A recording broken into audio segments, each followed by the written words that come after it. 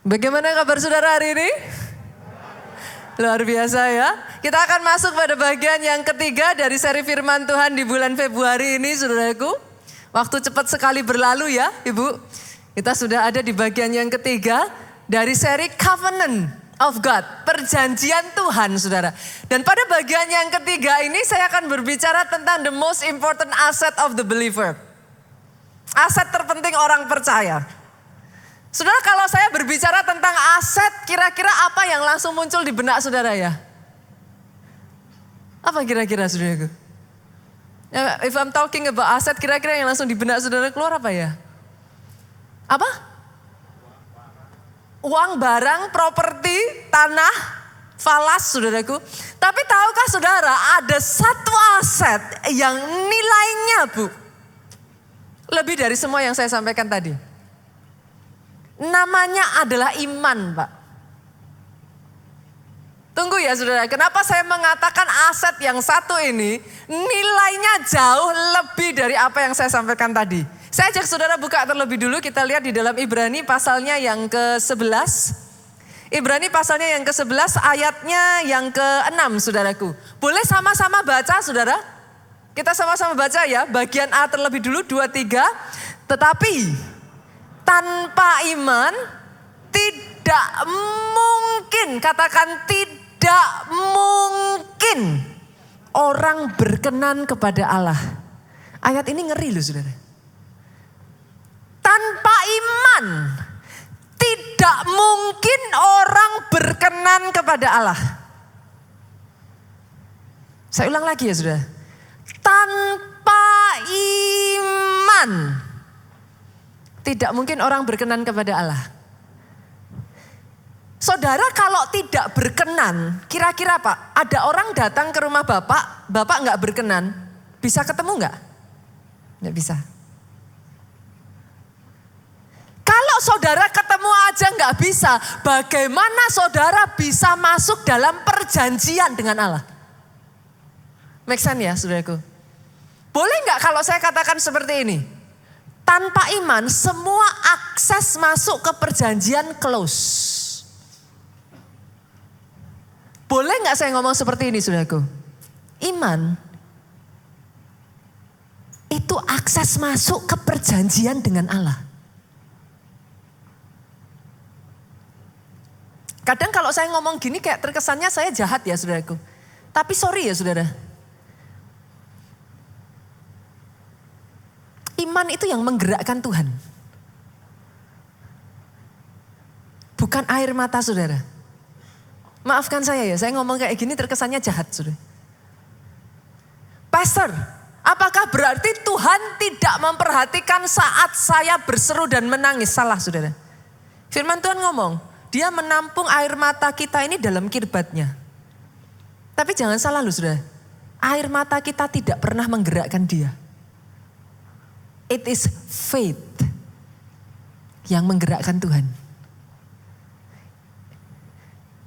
Kenapa saudaraku?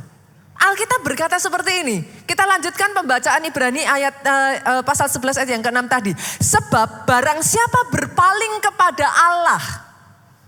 Artinya saudaraku, saudara yang ada di tempat ini ketika saudara mengambil keputusan menerima Yesus sebagai Tuhan dan Juru Selamat. Barang siapa berpaling kepada Allah, the moment saudara memutuskan untuk menjadi orang Kristen, dia harus percaya bahwa Allah ada. Jadi syaratnya yang pertama saudaraku, saudara harus percaya dulu kalau Tuhan itu ada. Kalau enggak, how can you make a covenant with Him? Enggak bisa. Yang pertama saudara harus percaya dulu kalau Allah itu yes dia ada. Tapi enggak sampai di situ saudaraku. Yang kedua bahwa percaya bahwa Allah memberi upah kepada orang yang sungguh-sungguh mencari dia. Saya berkali-kali menyampaikan saudara, kita harus paham bahasa Alkitab. Karena bahasa gaulnya zaman itu dengan bahasa gaul zaman sekarang beda. Apa yang dimaksud bahwa Allah itu memberi upah saudara? Kalau kita nggak ngerti, kita hanya sekedar berpikir oh upah. No, kata upah di sini Pak, ini adalah bahasa yang dipakai untuk sebuah covenant. Kalau bahasanya kita manusia itu hak kewajiban, betul ya Pak ya? Kita tanda tangan perjanjian itu ada hak, ada kewajiban. Kewajibannya dilakukan maka haknya jadi milik kita. Tapi kalau sama Tuhan itu bukan hak, Bu. Kalau sama Tuhan itu reward. Bahasa yang dipakai di dalam Alkitab, upah saudara. Nanti saya akan tunjukkan kepada saudara. Bahasa yang sama akan muncul pada saat Abraham membuat perjanjian dengan Tuhan. Artinya ayat ini talking about covenant. Ayat ini sedang berbicara tentang perjanjian. Dengan kata lain, ayat ini ngomong, kalau engkau berbalik kepada Tuhan, engkau jadi orang Kristen, engkau terima Yesus sebagai Tuhan dan Juru Selamat. Pertama, percaya Allah itu ada. Yang kedua, Dia Allah yang membuat perjanjian. Kalau saudara lakukan bagian saudara, Dia Allah yang memberikan upah. Make sense ya Bu ya? Dengan kata lain saudaraku, untuk saudara bisa mengakses masuk ke perjanjian, harus ada kartu pasnya iman saudara. That's why kenapa saya mengatakan kepada saudara, iman itu aset terpenting orang percaya Pak. Jadi make sense ketika Alkitab berkata, orang benar hidup oleh iman. Sekarang jadi make sense ya saudara. Ayat itu satu dengan yang lain, jangan salah loh Pak. Itu saling berkaitan. Boleh nggak kata orang benar hidup oleh iman kalau saya ganti? Orang benar tidak hidup tanpa iman. Boleh nggak saya ganti lagi? Orang benar mati tanpa iman. Lebih clear? Saudaraku, this is the reason, ini salah satu alasan juga saudaraku. Enggak semua orang itu bisa enter covenant dengan Tuhan loh saudara, jangan salah loh. Enggak semua orang saudara. Kenapa? Karena kartu pasnya itu iman. Iman itu kayak saudara mau pergi ke satu negara, saudara harus punya visa Pak. Kalau enggak ya enggak boleh masuk. Sama, di dalam dunia supernatural ya saudaraku ya. Kalau saudara enggak punya iman, saudara enggak akan bisa membawa yang tidak terlihat jadi terlihat. Forget it. Bahasa firman kalau saya perjelas tadi, orang benar mati tanpa iman. Jangan coba-coba jadi orang benar, orang percaya, orang Kristen tanpa iman, habis.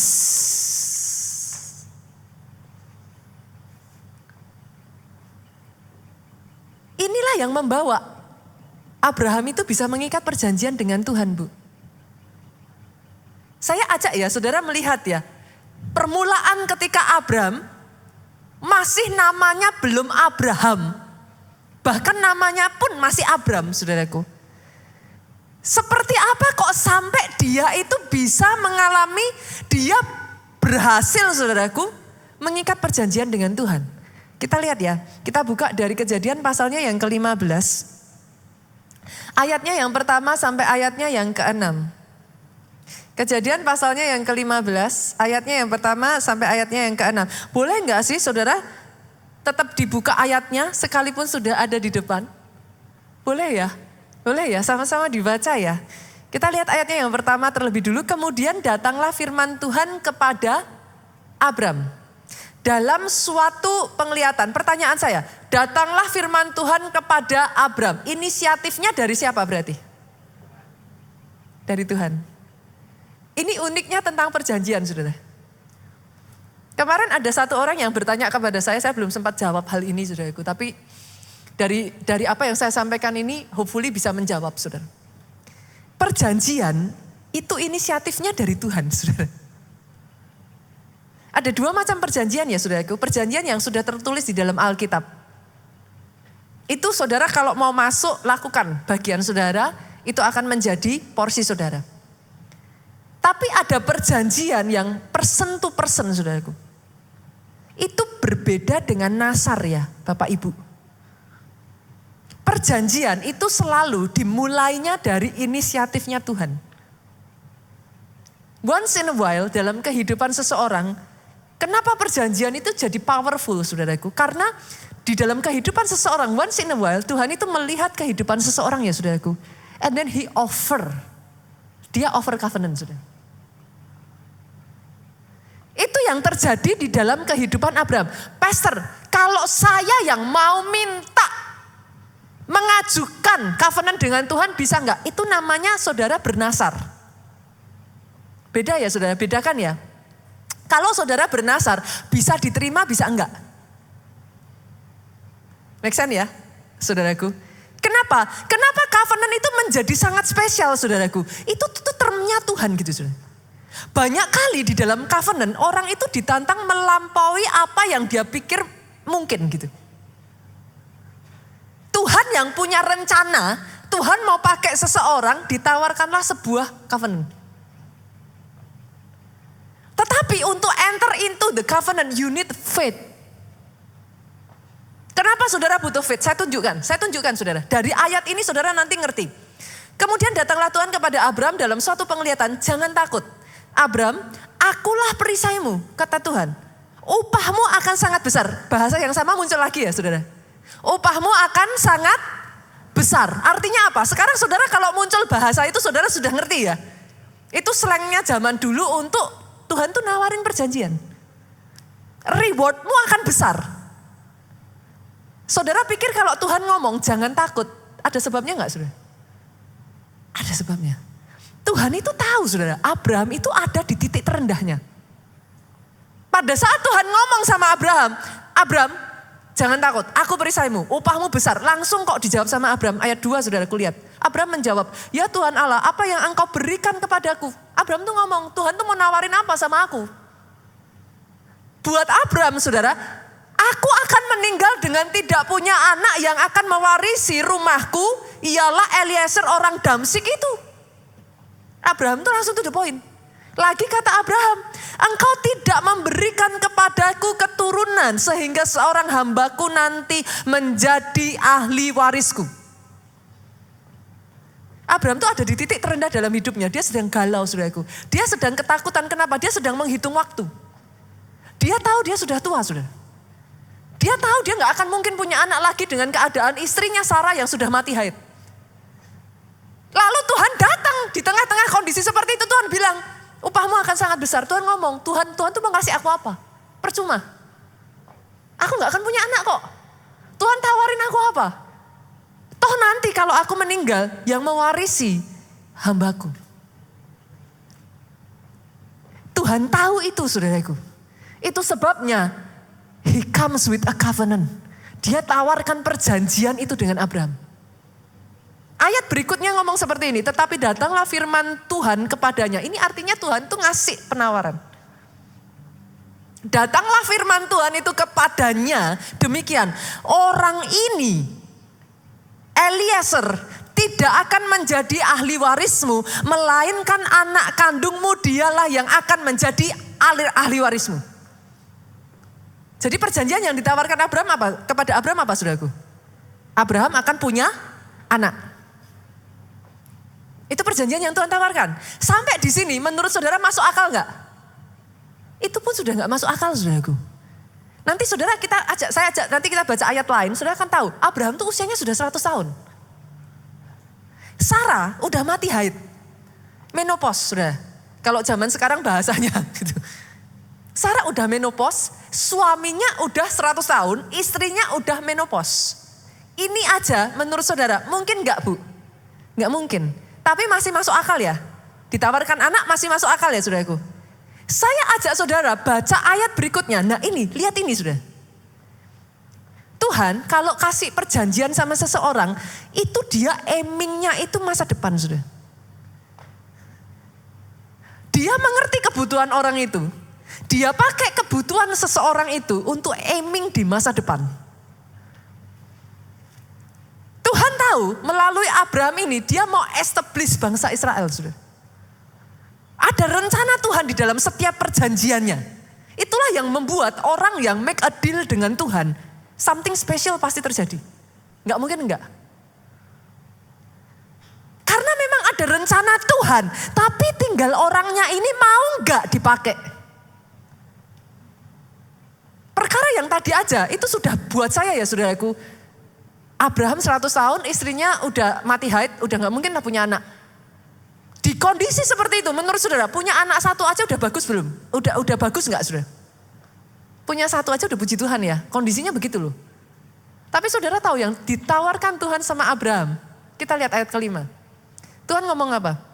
Lalu Tuhan membawa Abraham keluar serta berfirman. Abraham ditarik keluar dari tendanya. Dia ngomong sama Abraham, coba lihat ke langit. Hitunglah bintang-bintang jika engkau dapat menghitungnya. Tuhan tuh tahu loh sudah. Ayat ini sendiri ngomong, Tuhan tuh sukanya gitu. Alkitab tuh sukanya gitu. Disuruh ngelakuin sesuatu yang Tuhan itu tahu. Hitunglah bintang-bintang jika engkau dapat menghitungnya. Artinya Tuhan ngerti gak mungkin bisa dihitung. Abraham disuruh ngitung. 1, 2, 3. Pernah ada di sini yang pernah ngitung bintang sudah? Saya pernah sudah. Pernah nggak sampai di titik tertentu, kita tuh kalau ngitung saudara, itu kayak butuh border gitu loh saudara, butuh batasan ya. Supaya kita ngerti ini 1, 2, 3, 4, 5, mana yang sudah dihitung, mana belum gitu saudaraku. Saya pernah menghitung bintang saudara, sampai di titik tertentu, you lost count gitu. Bukan nggak bisa dihitungnya, tapi kayak ini udah kehitung belum ya tadi gitu kan saudaraku. You lost count gitu.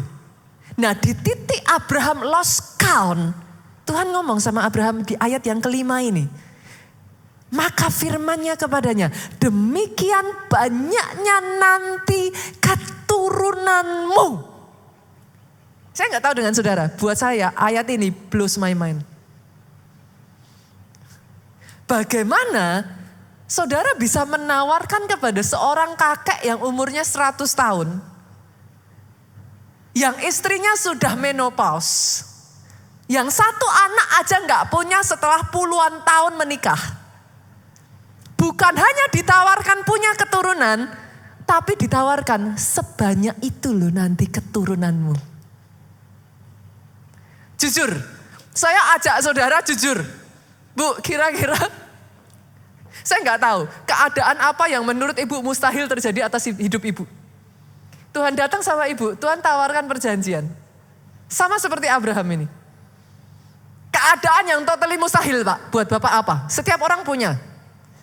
Kira-kira menurut saudara, kalau saudara jadi Abraham, saudara akan langsung amin gitu?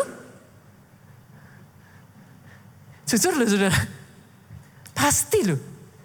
Kita setidaknya gini, Tuhan PHP. Jangankan Abraham ya saudara, banyak orang menanyakan kepada saya apakah jin itu kalau orang bilang bonus gitu. Salah saudara. Saya itu mengusahakan untuk punya anak yang ketiga itu sudah lama. Anak saya pertama dan kedua itu lahir bahkan tanpa saya planning gitu saudara. Sejak dari awal kami menikah, kami tuh kepengen punya 3 anak. Saya dari keluarga yang tiga anak, kebetulan Pak Pastor Jo juga dari keluarga yang 3 anak gitu. Jadi kami tuh kepengen punya 3 anak saudara dari awal. Tapi saudara, waktu jin itu saya ngusahain sampai inseminasi saudaraku. Saya tuh sampai 2 kali inseminasi. Saya suami istri itu benar-benar subur saudaraku. Dokter tuh sampai waktu kami datang ya, dokter tuh geleng-geleng, kamu ngapain? Kamu tuh subur. Gak usah di program-program, nanti kan punya anak. Tapi kenyataannya dari anak saya yang kedua sampai anak saya yang ketiga itu 7 tahun selisihnya saudara. Saya mengusahakan. Jadi jin itu bukan bonus. Saya tuh mengusahakan. Sampai di satu titik tertentu, saya kayak ngomong sama diri saya sendiri, saudara. Manusia suka gitu ya. Udahlah, punya 2 juga udah anugerah. Ngayem-ngayem, saudara. Udahlah, karena setelah sekian tahun kami berusaha gak ada hasil. Udah program, udah apa. Saya tidak sampai go to bayi tabung ya saudaraku. Karena saya udah punya anak pertama dan kedua gitu. Jadi saya berpikir I don't need gitu. Saya gak butuh sampai ke bayi tabung gitu. Tapi saya berusaha sebisa mungkin saudara. Sampai di satu titik. Saya ingat sekali itu bulan Desember. Tuhan tuh ngomong. kamu saya kasih anak satu lagi. Begitu saya dengar Tuhan ngomong gitu, saya dengan cepat langsung kok saudara. PHP Tuhan. Gitu. Saudara mengerti yang saya maksudkan? Itu aja saya baru posisi sekitar 5 tahun lebih. Mengusahakan untuk punya anak dan gak bisa punya anak. Saudara kebayang dong posisinya Abraham. Puluhan tahun loh. Pada saat Tuhan ngomong seperti itu, saudara pikir Abraham langsung yes, amin. Gitu saudara. Alkitab mencatat Sarah tertawa. Karena memang secara manusia gak mungkin. Tapi coba lihat saudara. Apa respon Abraham? Ayat 5 itu blow my mind, ayat 6 lebih blow my mind. Ayat 6 ngomong seperti ini, sama-sama yuk kita buka. Jadi saudara bisa langsung baca, 2, 3. Lalu Abraham bilang kepada Tuhan, Tuhan PHP.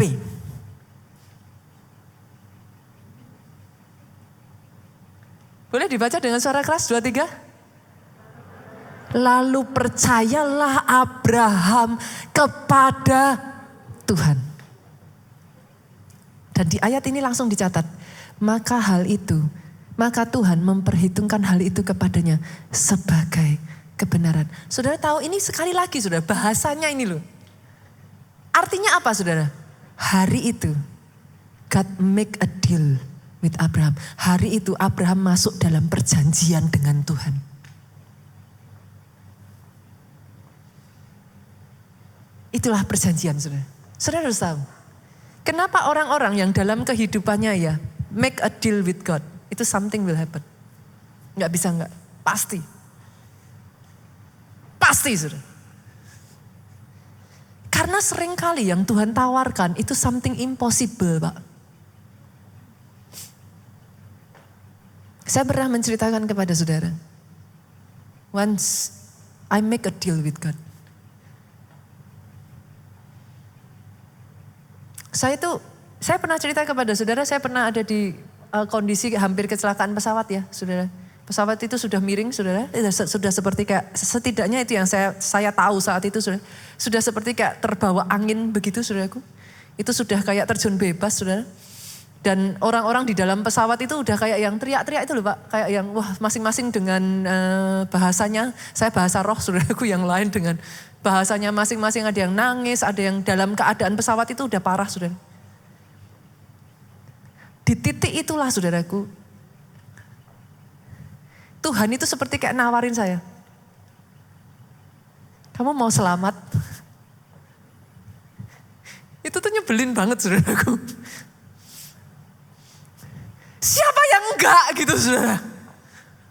Saya tuh waktu itu ngomong sama Tuhan, Tuhan, bawa aku pesawat ini mendarat dengan selamat. Oke. Saya tuh bisa ngelihat saudaraku. Kejadian itu tuh benar-benar kayak dipakai Tuhan begitu rupa. Tuhan tuh kayak semudah itu. Oke. Tapi saya tahu saudara, saya nggak tahu gimana cara ngomongnya sama saudara. Saya tuh bisa lihat sudut matanya Tuhan itu loh saudara. Apa bahasa saya ya? Saya tuh ngerti. Kayaknya bukan cuma oke titik deh ini. Saya tahu oke-nya tuh koma gitu saudaraku. Oke apa Tuhan? Tidak semudah itu pada saat di atas ya saudara. Kalau diceritakan di sini udah lucu gitu saudaraku. Tapi di atas itu udah segala macam perasaan jadi satu saudaraku.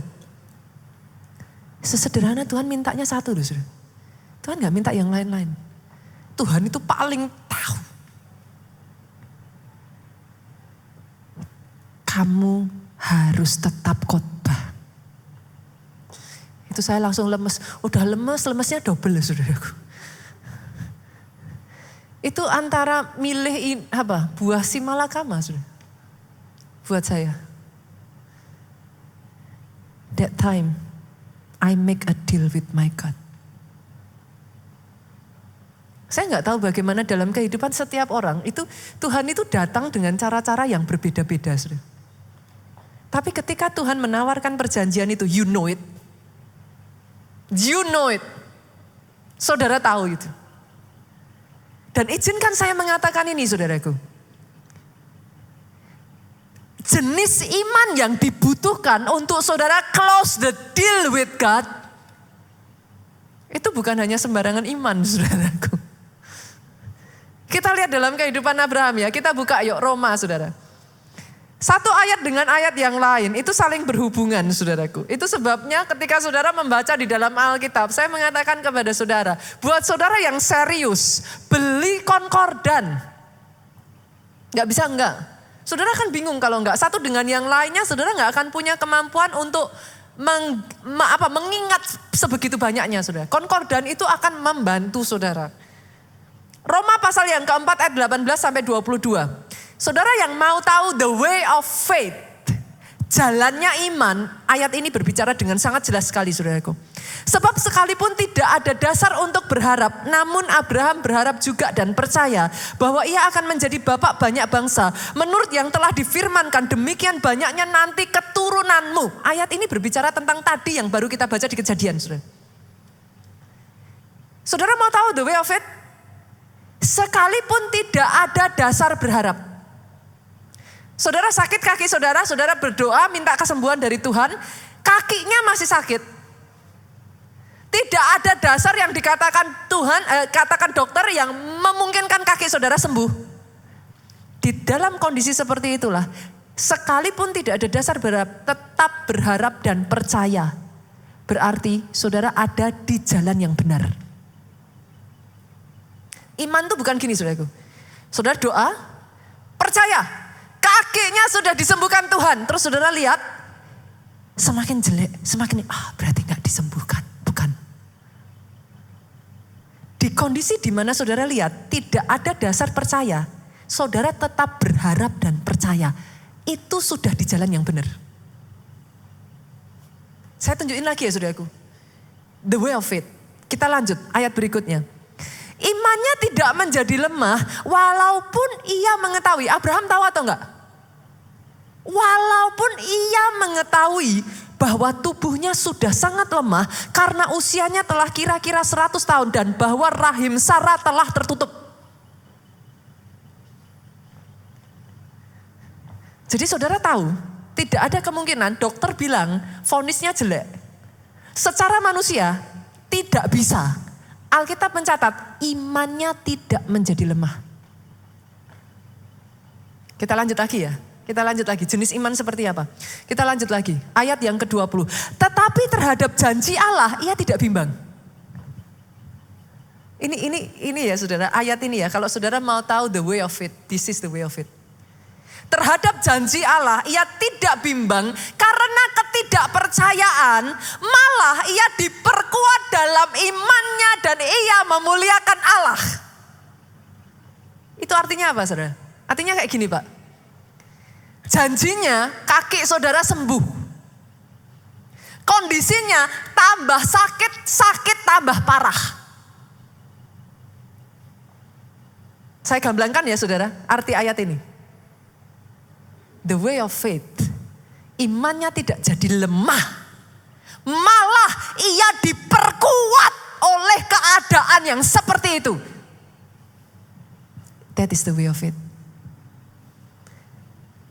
Kalau saudara berjalan bersama dengan Tuhan dan saat ini kondisimu tidak sebagaimana mestinya, engkau tidak menjadi lemah, malah engkau memperkuat dirimu, you are in the right track. Iman itu bukan gini loh saudara, dirasain, tadinya gak bisa gerak, sekarang bisa gerak. Imanku bangkit. Bukan. Itu yang jadi masalah dengan iman saudara. Iman itu dasar. Dia gak butuh dasar lain. Saudara bisa mengerti yang saya katakan? Dia itu dasar. Masalahnya dari manusia, kita itu butuh dasar untuk berpijak saudara. Dan kita menggunakan 5 panca indera kita ini sebagai dasar. Apa yang dilihat mata, apa yang didengar telinga, apa yang saudara bisa rasakan, saudara pegang, bisa saudara kecap. Itu saudara jadikan dasar. Itu yang jadi masalah. Iman itu dasar Pak. Dia gak butuh dasar lain. Ya dasarnya iman. Dasar dari iman adalah firman.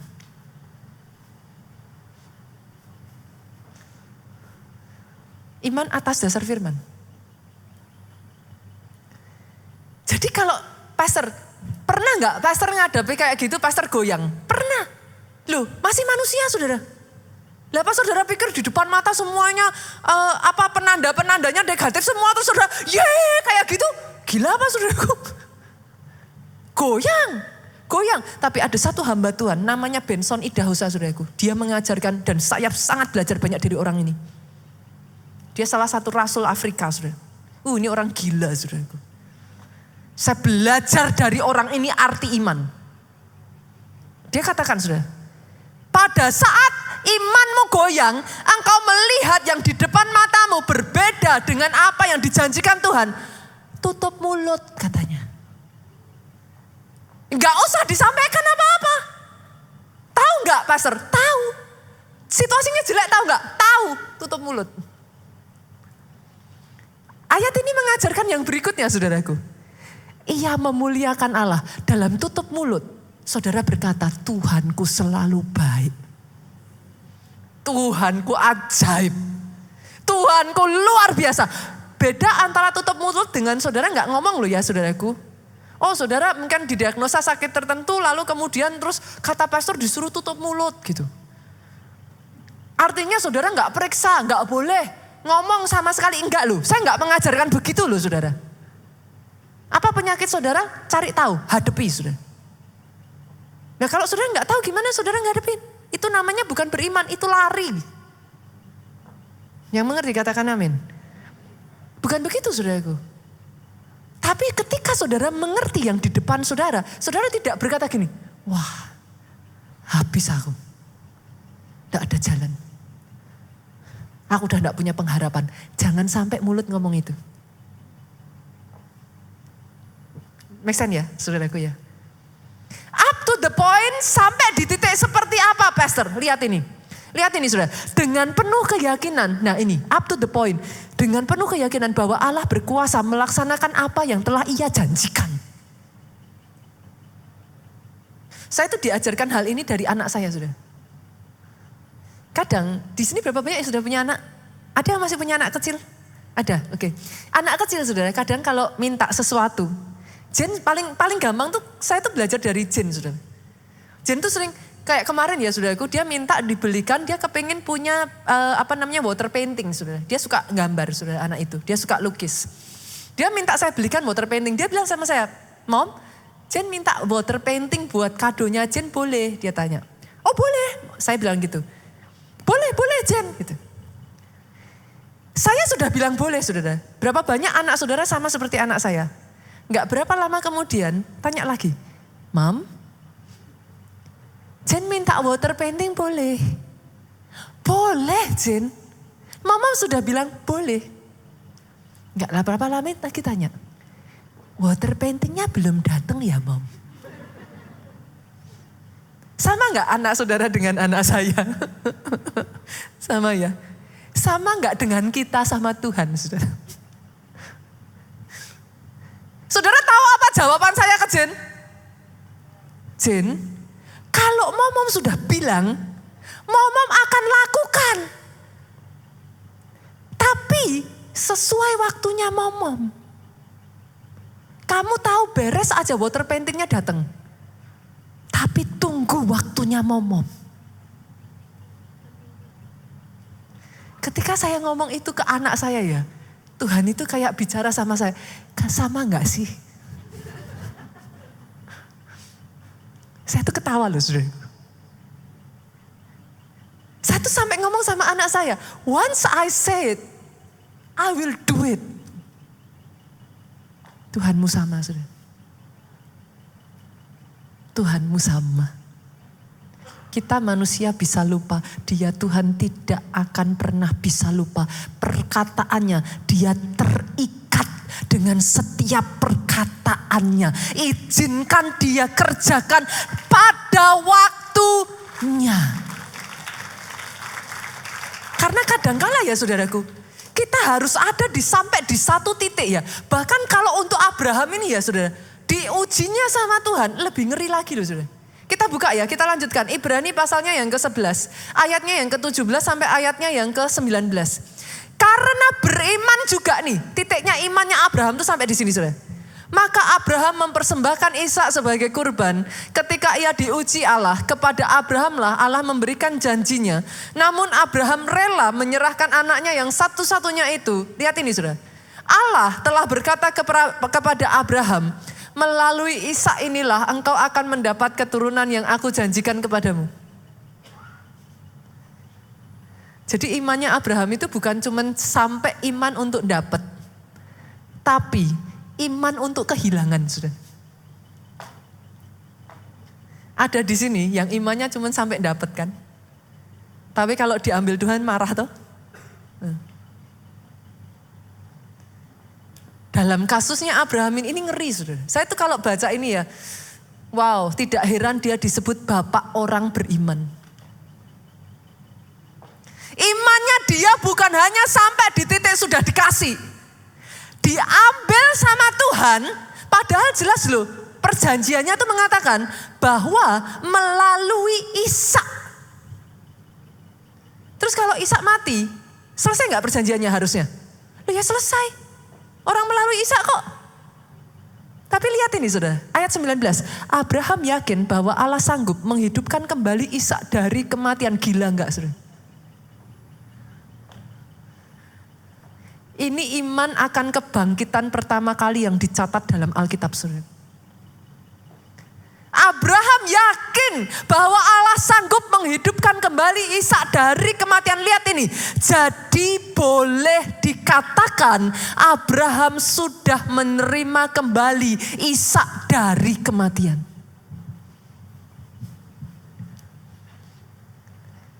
That is what faith can do. Ngeri ya saudara. Saya tuh kalau bicara ini ya saudara, saya merinding saudara. Can you imagine orang Kristen tanpa iman saudara? Habis. Orang Kristen tidak bisa hidup tanpa iman. Gak bisa Pak. Gak bisa. Once saudara sudah ngambil keputusan berbalik kepada Allah, engkau harus percaya Allah itu ada. Bahwa Allah memberi upah kepada orang yang sungguh-sungguh mencari Dia. Sepowerful itu apa yang bisa dikerjakan iman. Bahkan kalau kau kehilangan pun, kalau imanmu nyampe ya Pak. Alkitab mencatat, seperti engkau sudah menerimanya dari kematian.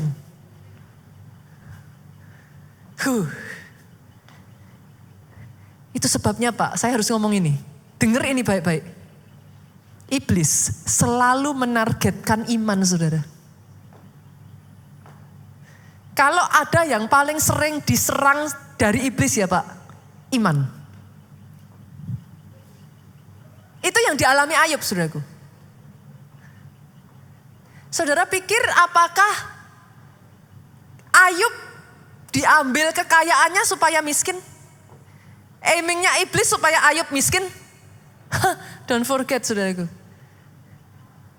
Buat iblis gak sesimpel itu. Diambil semuanya, targetnya iblis apa? Saudara tahu ada 2 target yang akan iblis lakukan saudara. Kalau engkau percaya berbalik kepada Allah, maka engkau harus percaya yang pertama Allah ada. Yang kedua, Dia memberi upah kepada orang yang bersungguh-sungguh mencari Dia.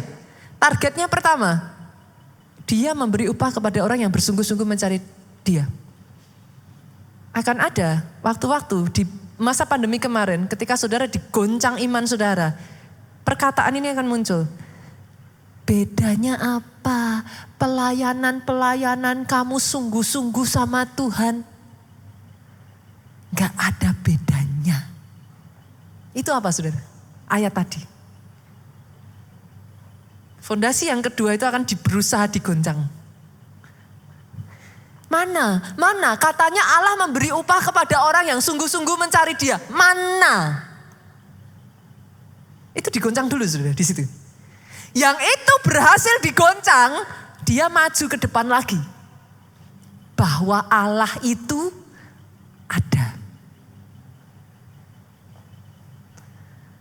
Pernah di momen-momen pandemi ada sebagian dari saudara yang menanyakan Tuhan masih ada enggak sih?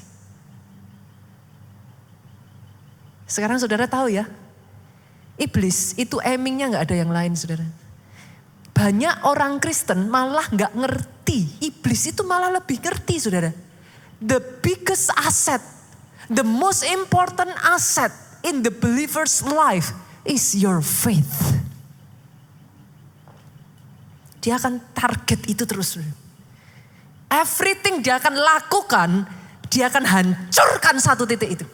Kenapa? Orang benar mati tanpa iman.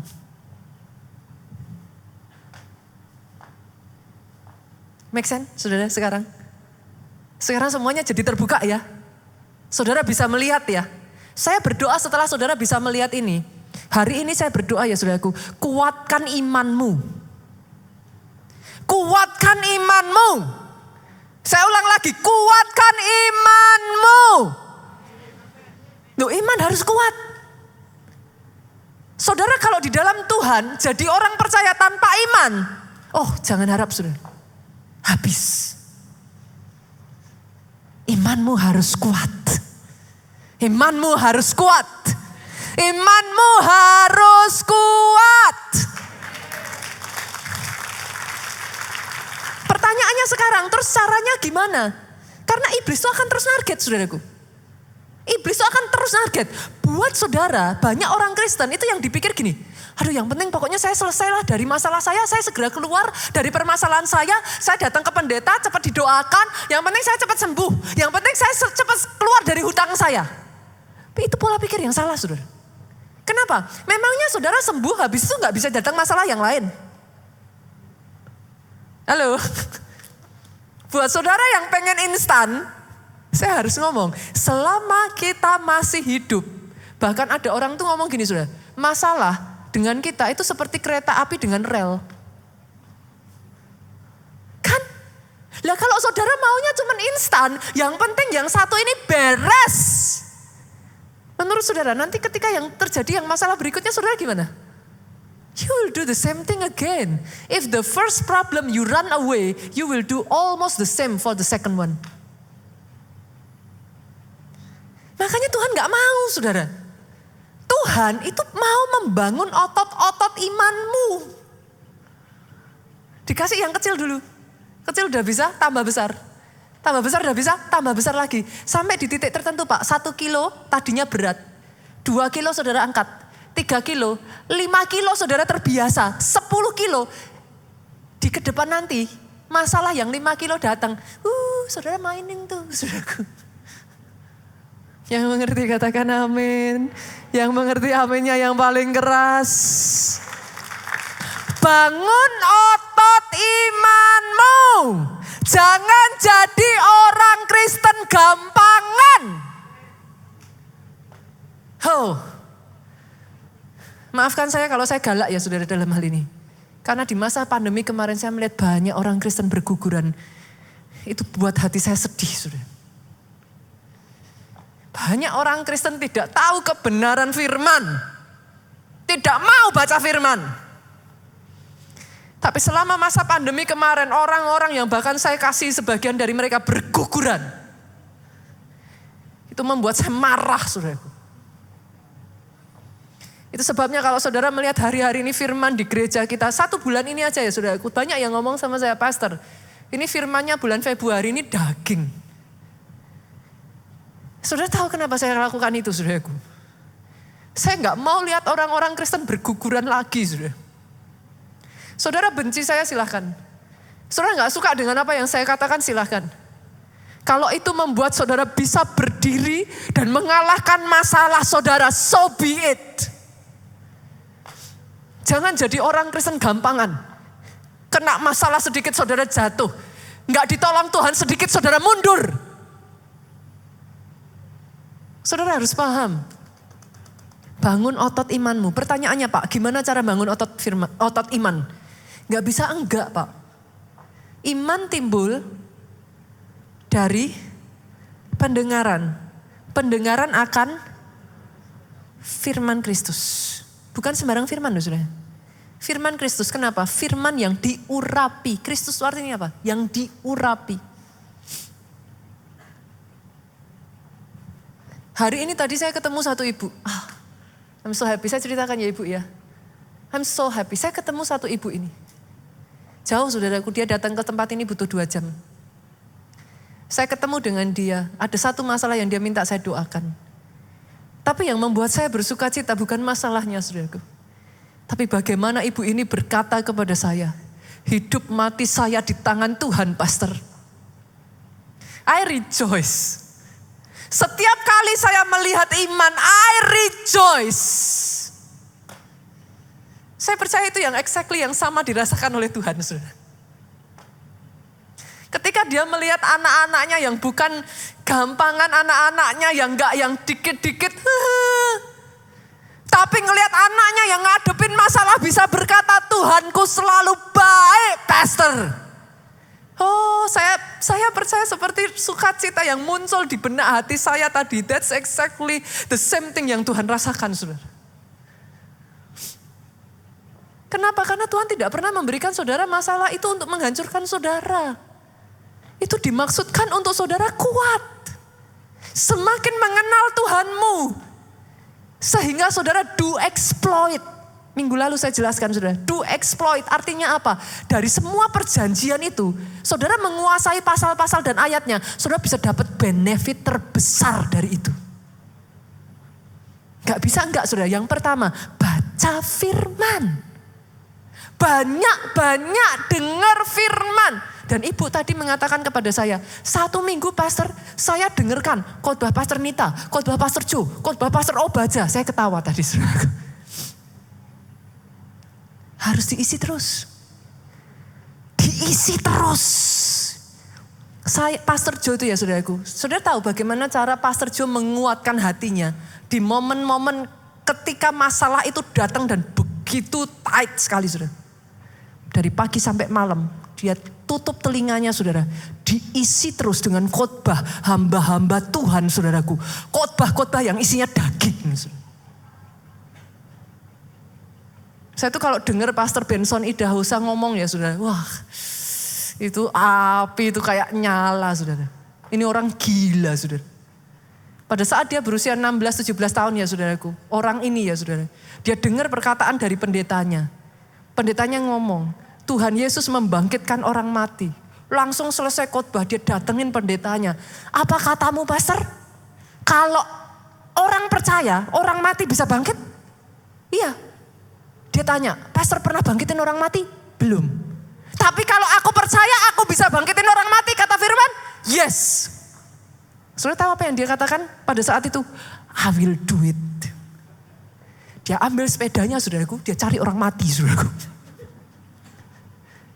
Cerita-cerita seperti ini, itu akan membangkitkan imanmu saudaraku. Cerita-cerita seperti ini membuat api saya bergelora saudara. Dia pergi, dia cari orang mati saudaraku. Dia tirukan persis seperti firman. Dia suruh orang-orang semua pergi saudaraku. Dia berkatakan kepada orang yang mati ini saudara. Di usianya yang ke-17 tahun, dia membangkitkan 7 orang mati saudara. Tapi menurut saudara, 7 hidup tadi itu berapa puluh yang dia coba gak hidup saudara? Faith. Saya berharap saudara bisa melihat ya, kekristenan is all about faith. Bangun imanmu. Yang kedua saudara, bagaimana cara saudara membangkitkan iman? Iman ada kaitan besar dengan doa. Itu gak bisa saudara pisahkan. Lihat cara Yesus membangkitkan iman. Kita buka ya. Kita buka dari Lukas pasalnya yang ke-22 ayat 31 sampai 32 saudaraku. Yesus ini waktu ini bicara dengan Simon saudara. Simon, iblis telah menuntut untuk menampi kamu seperti gandum. Ini waktu Simon tidak percaya saudara. Iblis sudah menuntut untuk menampi kamu seperti gandum. Apa yang Yesus lakukan ketika Yesus tahu itu terjadi saudaraku? Tetapi aku telah berdoa untuk engkau supaya imanmu jangan gugur. Beda kan ya saudara antara orang Kristen ngomong, oke, nanti saya doakan, tapi gak didoakan. Makanya saya paling gak mau hanya sekedar ngomong nanti saya doakan. Hati-hati loh saudara. Doa orang benar jika didoakan dengan yakin besar kuasanya. Waktu saudara bilang sama seseorang, saya doakan, you better pray. Saudara tahu cara hamba-hamba Tuhan di Nigeria menjadikan apa yang mereka doakan, saudara. Ketika mereka doain orang pada saat ibadah, mereka tidak selesai di situ saja, saudara. Di saat ibadah dia doakan, di rumah every single day dijadikan, saudara. Dijadikan. Terus, besok dia doakan lagi. Dia doakan lagi. Dia doakan lagi. Sampai apa yang dia doakan atas orang itu di gereja terjadi di rumahnya. Saudara jangan main-main dengan doa. Doa jika dengan yakin didoakan, besar kuasanya. Saya berdoa ya firman seperti ini ya saudara. Membangkitkan api roh saudara. Saudara tidak jadi orang Kristen yang gampang menyerah lagi dengan masalah. Setidaknya ya saudara, iblis mau cari gara-gara dengan saudara. Biar dia merasakan akibatnya saudara. Orang yang paling enak dibully adalah orang yang dibully dan tidak melakukan apa-apa. Saudara mengerti yang saya maksudkan? Ketika kau dibully, kau lawan semaksimalmu, buat lawanmu terluka. Besok dia mau bully engkau, mikir 2 kali lipat. Cari aja lawan yang lebih mudah, saudara. Doa saya itu yang terjadi atas hidup saudara. Kenapa? Karena iblis itu nyatet tuh saudara. Loh, jangan salah, iblis tidak maha tahu. Saya katakan ini ya, saudara harus tahu ini. Yang maha tahu itu hanya Tuhan. Iblis tidak maha tahu. Saudara harus paham ini dulu. Iblis tidak maha tahu. Lah kok caranya iblis tahu gimana? Iblis itu membaca human behavior. Saudara dikasih penyakit, nih dicoba nih ya. Semakin dekat sama Tuhan.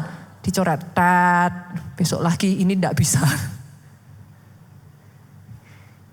Lagi dia coba, kasih masalah nih.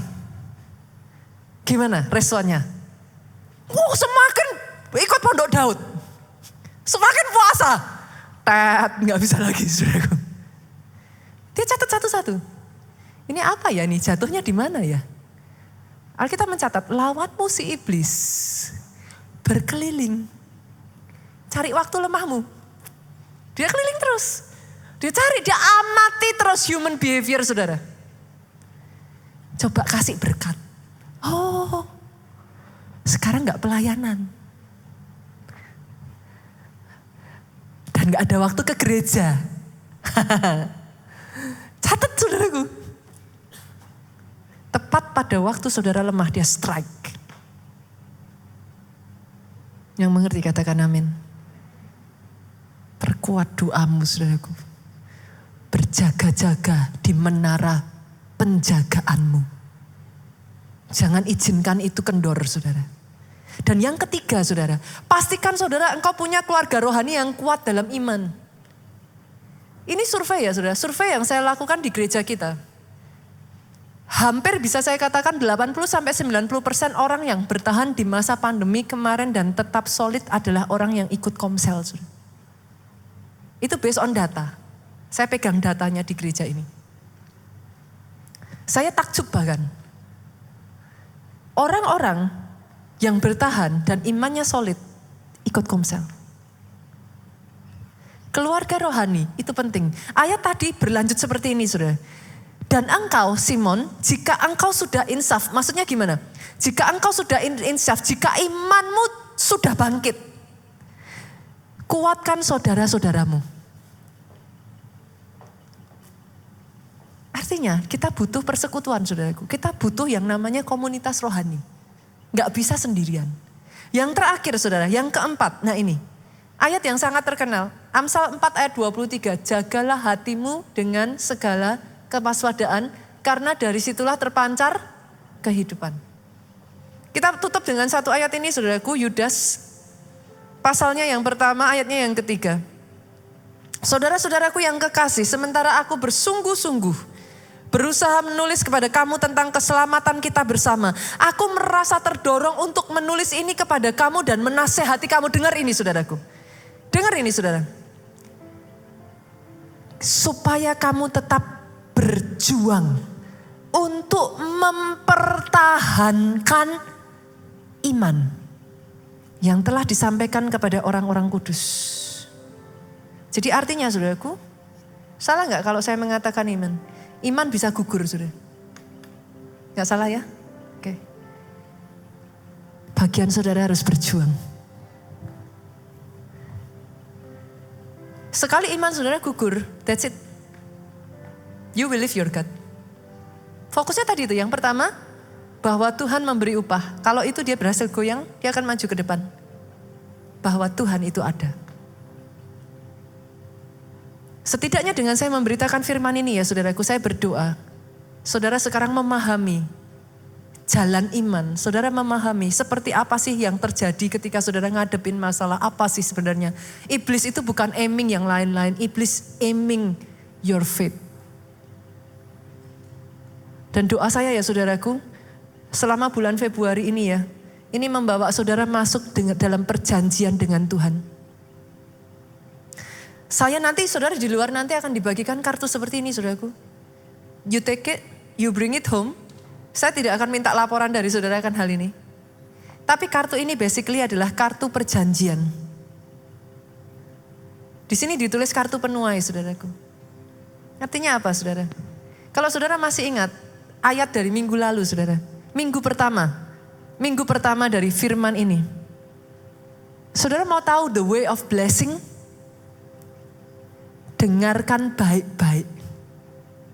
Masih ingat? Saya khotbah di sini kalau saya nggak salah minggu pertama. Dengarkan baik-baik. Lakukan dengan setia. Jangan seminggu, 2 minggu, 3 minggu berhenti lakukan. Lakukan dengan setia seluruh ketetapanku. Jangan dipilih-pilih. Salah satu dari ketetapan Tuhan saudaraku. Masuk di sini. Pergilah, jadikan semua bangsa muridku. Basically kartu ini saudaraku mengajak kepada saudara, ayo bangkit lagi. Ambil keputusan, ketetapan di hadapan Tuhan, diselamatkan untuk menyelamatkan. Diberkati untuk jadi berkat. Jangan jadi orang Kristen yang egois. Nanti saudara pulang, saudara bawa ini. Bawa dalam doa saudara. Jangan datang ke gereja sendiri. Ajak orang untuk juga mengalami terobosan dalam kehidupan mereka. Karena ketika mereka mengetahui kebenaran, the truth shall set you free. Kalau saudara nggak ngerti kebenarannya, saudara akan terus terkurung.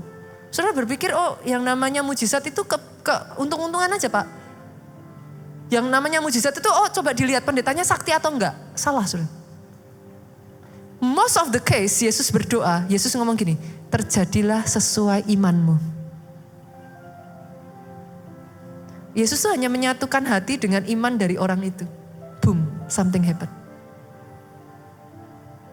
Hari ini yang belajar sesuatu boleh lambaikan tangan saudara. Boleh bangkit berdiri. Kita berikan tepuk tangan yang paling meriah buat Yesus Tuhan kita. Aku percaya pada firman-Mu. Aku melangkah dengan imanku. Tetap setia pada perjanjian-Mu. Jemaat saja yuk. Boleh katakan saudaraku, aku percaya. Yes. Amin, amin. This is why I love this song, saudara.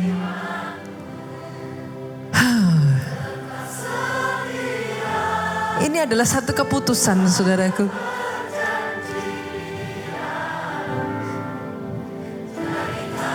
Sekali lagi yuk, sekali lagi dari dalam hatimu katakan, aku percaya. Sama seperti jin, saudaraku, yang dia butuhkan adalah percaya kepada apa yang saya katakan. Jalan aja. Jalan aja dan percaya. Tetap setia. Percaya bahwa Allahmu tidak akan bisa berdusta. Dia akan tepati perjanjiannya. Pada firman-Mu aku langkah dengan imanku, tetap setia pada perjanjian-Mu. Jadikan ku hamba milik-Mu,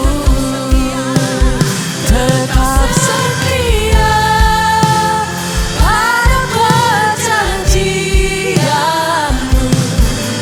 Jadikan ku hamba milik-Mu, tetap setia pada perjanjian-Mu. Yes, jadikan ku hamba milik-Mu. Sorak-sorak yang paling mulia buat Raja di atas segala raja. Angkat kedua tanganmu sembah Tuhan. Diberkatilah saudara oleh Tuhan. Diberkati keluargamu oleh Tuhan. Diberkati engkau dengan panjang umur. Sehat sesehat-sehatnya. Dari mulutmu tidak akan pernah kering kesaksian tentang betapa baiknya Tuhan itu. Pulang dengan membawa sukacita. Damai sejahtera Allah Bapa, cinta kasih Yesus Tuhan, persekutuan dengan rohnya, yaitu Roh Kudus sekarang sampai selama-lamanya. Engkau yang dirapi dan diberkati, katakan dengan suara yang paling keras. Amin.